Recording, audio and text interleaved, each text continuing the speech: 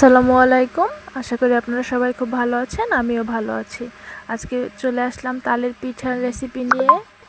নিয়ে নেওয়া হলো নারকেল আর চালের গুঁড়া, সাথে তালের গুড়, আর এই যেখানে দেওয়া হয়েছে তালের গোলাটা, তারপর হচ্ছে তালের গুড় দেওয়া হয়েছে আর নারকেল দেওয়া হয়েছে। তো এটাকে এখন একসাথে মিক্স করা হবে। মিক্স করার পরে এটার সাথে দেওয়া হবে চালের গুঁড়াটা।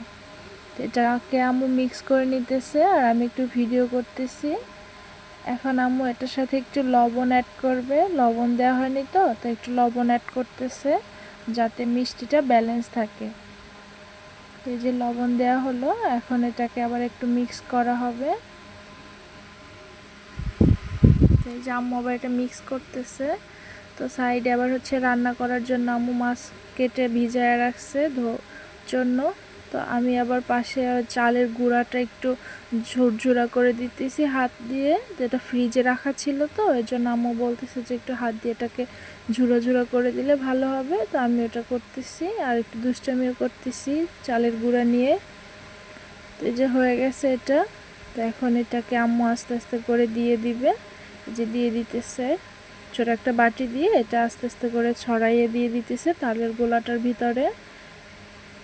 এটা দিতে থাক, সবগুলো আস্তে আস্তে করে দিয়ে দিতেছে।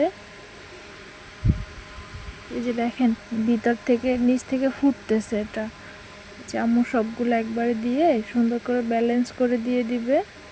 তো সব দিয়ে দেওয়া হলো। এখন এটাকে একটা ঢাকা দিয়ে দেওয়া হবে, ঢাকা দিয়ে এটা সিদ্ধ করতে হবে। তো এই যে আম্মু একটা ঢাকা দিয়ে দিল, এখন এটা সিদ্ধ হোক। তো কিছুক্ষণ পরে ঢাকা তুলে আবার এটাকে একটু নাড়াচাড়া করা হচ্ছে। তো যে হয়ে গেছে, উঠানো হয়েছে, যে আগুনে আবার পোড়া লাগে নিচ থেকে। তো আম্মু আবার একটু নাড়াচাড়া করে যে সাইডে দিয়ে দিল। পরে আমি আবার হচ্ছে তালের গোলা আর একটু লবণে কম হয়েছে আর একটু গুঁড়োও কম হয়েছে, তো সেটা আমি আবার অ্যাড করলাম। তো এইটার উপরে আবার যে দিয়ে দিলাম ছড়াইয়ে। এখন এটাকে একটু মাখাইতে হবে। তো আমি আবার এটাকে ভালো করে হাত দিয়ে মাখাই নিতেছি। তো মাখানোর পরে যে এভাবে হয়েছে, এখন এটাকে ভালো করে একবারে নরম করতে হবে, আরও মাখাইতে হবে। তো আমি এটা ভালো করে মাখাইতেছি হাত দিয়ে, আর একটু একটু করে গোলা নিতেছি এখান থেকে, আর একটু একটু করে এটাকে মাখাইতেছি। তো এটা কিন্তু অনেক কষ্টের কাজ, এটা খুব সহজে তাও না। আমার কাছে তো খুব কঠিনই লাগতেছে, তাও দেখি কতটুকু কি পারি। তো এই যে মাখানো হয়ে গেছে, এখন এটাকে এভাবে একটা যে এভাবে করে নিতে হবে যে একটু লম্বা শেপের। তারপর এটাকে হচ্ছে একটু সুতো দিয়ে কাটতে হবে। তো আমি এটাকে একটু এভাবে লম্বা শেপের করে নেই। তো তারপর এটাকে সুতো দিয়ে কাটবো। তো এই যে দুই সাইড থেকে একবারে সমান করে নিলাম। তো এখন এই যে সুতা নিয়ে আসি একটু, তো সুতাটা এনে তারপর কাটি, দাঁড়ান। তো এই যে সুতা আনলাম, এই যে একটা পিঁড়ি নিয়ে নিলাম, যে এটাকে রুটি বেলার জন্য এটা ব্যবহার করা হয়। তো এই যে আমি এটাকে এখন কাটতেছি সুতা দিয়ে। তা আম্মু আবার আমাকে দেখাই দিতেছে যে কিভাবে কাটবো। তো আম্মুর কাছে জিজ্ঞেস করলাম। তো আম্মু বলতেছে যে একটু মোটা মোটা করে কাটো। তো আমি ওটা কাটতেছি মোটা মোটা করে। তো এই যে সবগুলা কেটে নেই, দাঁড়ান। এই যে সব কাটা হয়ে গেছে, যেখানে কিছু, তারপরে এই যে এখানে রাখা আছে, এই যে সবগুলা শেষ কাটা। এখন আমি একটু বেলে নেই।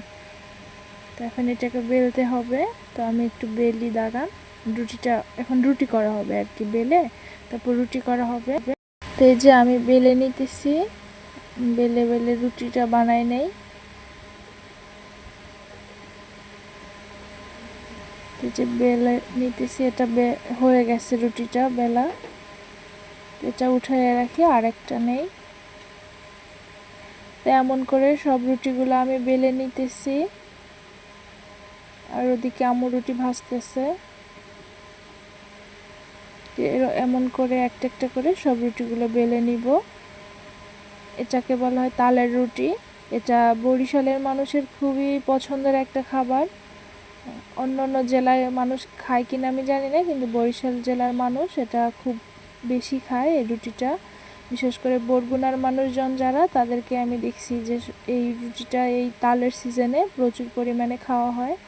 তাল দিয়ে বিভিন্ন আইটেমের পিঠা বানানো হয়, কিন্তু তার মধ্যে এই রুটিটা হচ্ছে সবথেকে পছন্দের একটা খাবার আমি যতটুকু দেখছি।